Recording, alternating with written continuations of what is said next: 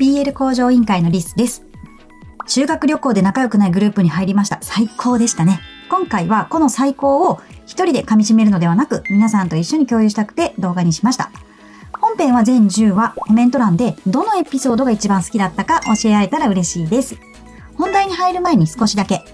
実は2025年の BL ドラマの投票を YouTube ショートで投げかけたところ、本当にたくさんの方に投票していただきました。15作品がエントリーしていた中で、ダントツで票を集めたのが、修学旅行で仲良くないグループに入りましたでした。投票してくださった皆さん、本当にありがとうございます。かくいう私も完全にドハマりしてしまい、FOD に加入して何度も見返してます。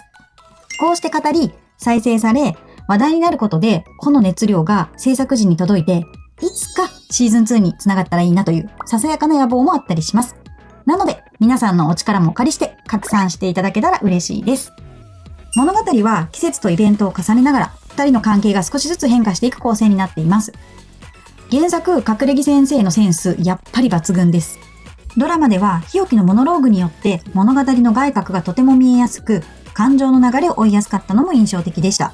そして、藤本浩大さんのナレーションが上手すぎ。本当に良くて気づけば物語にスッと引き込まれていました。初めてこの動画を見てくださっている方へ、この作品については以前新作紹介動画でも取り上げています。設定や登場人物の整理を行っているので、全体像を把握したい方はそちらも参考にしてみてください。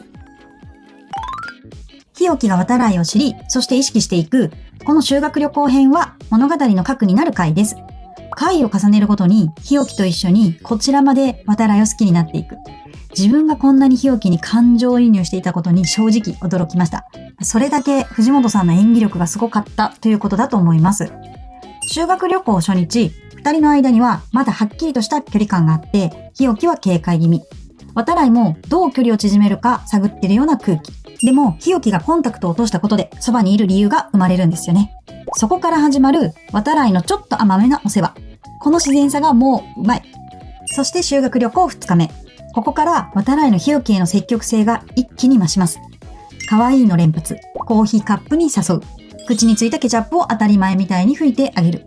メリーゴーランドでは動画を撮りながら、俺は日置がいい。それに対して日置の、俺の何がいいのという返し。これ冷静に考えると、日置の恋愛偏差値かなり高いと思うんですよね。この場面で何がいいのかを聞ける強さ。冴えないキャラ設定かと思いきや、実は明るくて、芯のある性格なんだろうなと感じ始めたところで、後の回、バド部のメンバーといる日置を見ると、あ、やっぱりなと思いました。この積み重ねがすごく丁寧だったので、日置が渡来を意識する理由というか、日置の感情に重ねやすかったのかなと思います。修学旅行最終日。着物姿の視点のあれはもう圧巻でした。さすが SNS フォロワー万超えの説得力。実は日置役の藤本くんもイケメンなので、5人並んだ時のグループ感は本当に強かったです。そして、渡来の嫉妬深さの片鱗が見え始めるのが、日置の中学時代の旧友アンナの登場。この時点では、まさか文化祭で再登場して、今度は日置が嫉妬する側になるなんて思ってもいませんでした。伏線の張り方うまいなと改めて感じたポイントです。修学旅行の終わり。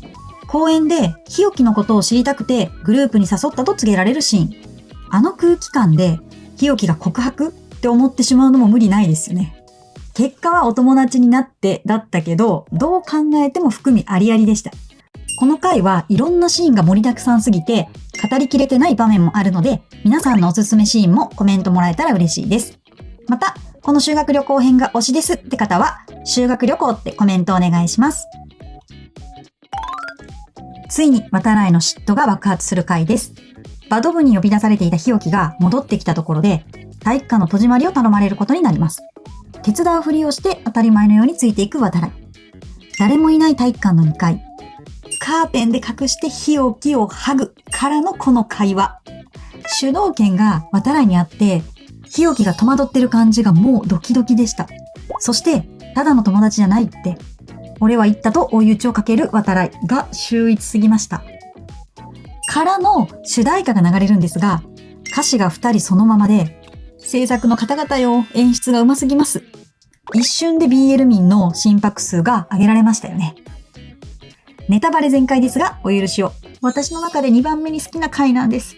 この回好きって方がいたら学年集会ってコメントで教えてください。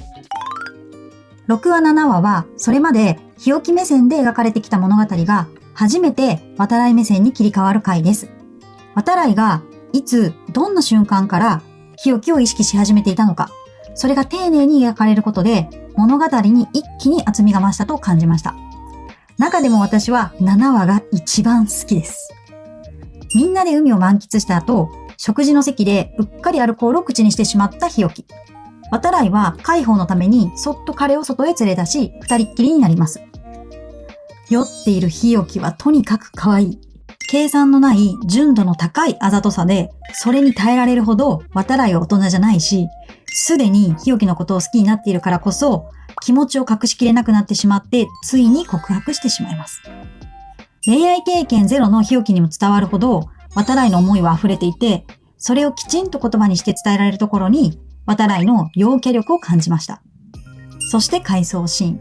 渡来が日置を気にし始めたきっかけが、外見ではなく内面を褒められたことだったというのが、すごく高校生らしくてたまらなく愛おしかったです。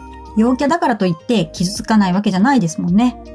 日置を好きになることに迷うのではなく、日置を困らせやしないかを先に考えてしまうところ。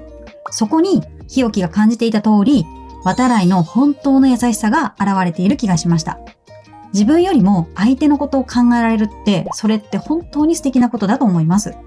そして日置も渡来の告白を真正面から受け止める。渡来が恋に落ちたまっすぐに人を見る日置がそこに確かにあって、それを感じた瞬間、渡来がふっと自信を取り戻すのがもう最高すぎました。渡来から見た日置が見れて一番大好きな回です。どうかって方は夏ってコメントで教えてください。教室の片隅での俺と結婚して結婚しよう。これはもう反則ですよね。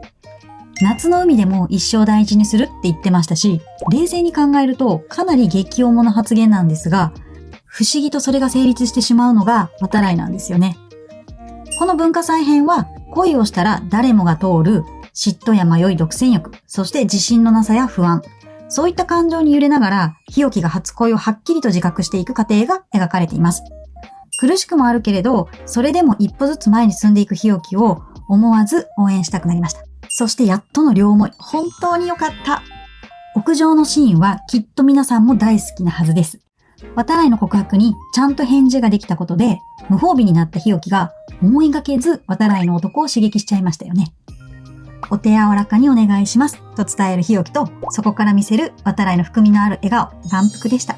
この回好きって方は文化祭ってコメントで教えてください。クリスマスパーティーの準備中、自然にイチャつく二人。もう幸せですね。バド部のみんなも一緒にワイワイしていて、その空気感がとても微笑ましかったです。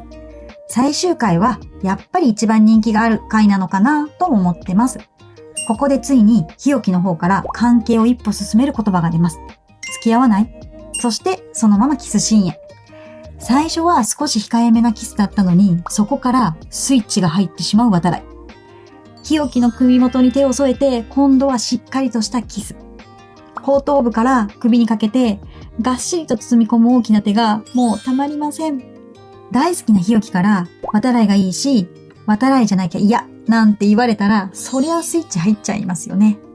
二人が見つめ合って、このまま時間が止まってしまいそうな空気の中、まさかの渡来の不意打ち3回目のキス。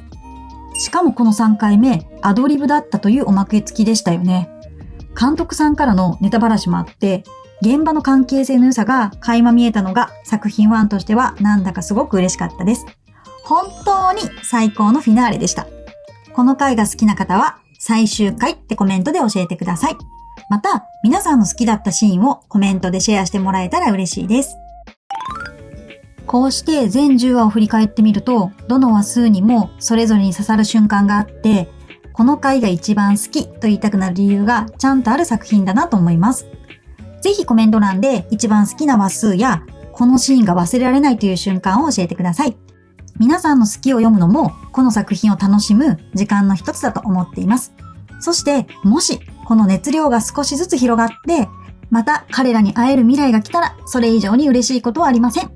最後までご視聴ありがとうございました。また次回の動画でお会いしましょう。以上、BL 向上委員会でした。